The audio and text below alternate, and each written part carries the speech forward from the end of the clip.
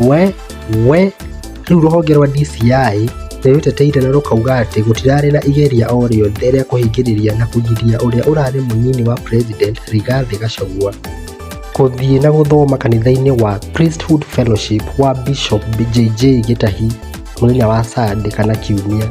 Ndeto ĩno yumĩrĩtie o rĩrĩ Bishop JJ Gitahi wa kanitha ũcio augĩte atĩ nĩarenderio guoya nĩ maabitha a DCI nĩguo Rigathi ndagathiĩ kanitha-inĩ ũcio.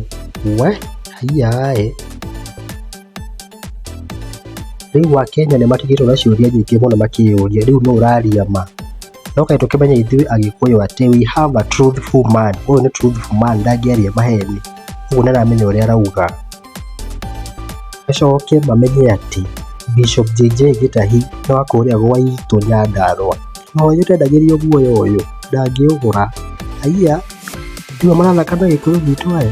Ũyũ akĩrĩ wa gwitũ Nyandarũa ũyũ Bishop JJ Gitahi ũyũ ndagũraga guoya wa mũndũ. Nĩaramenya ũrĩa araugaga.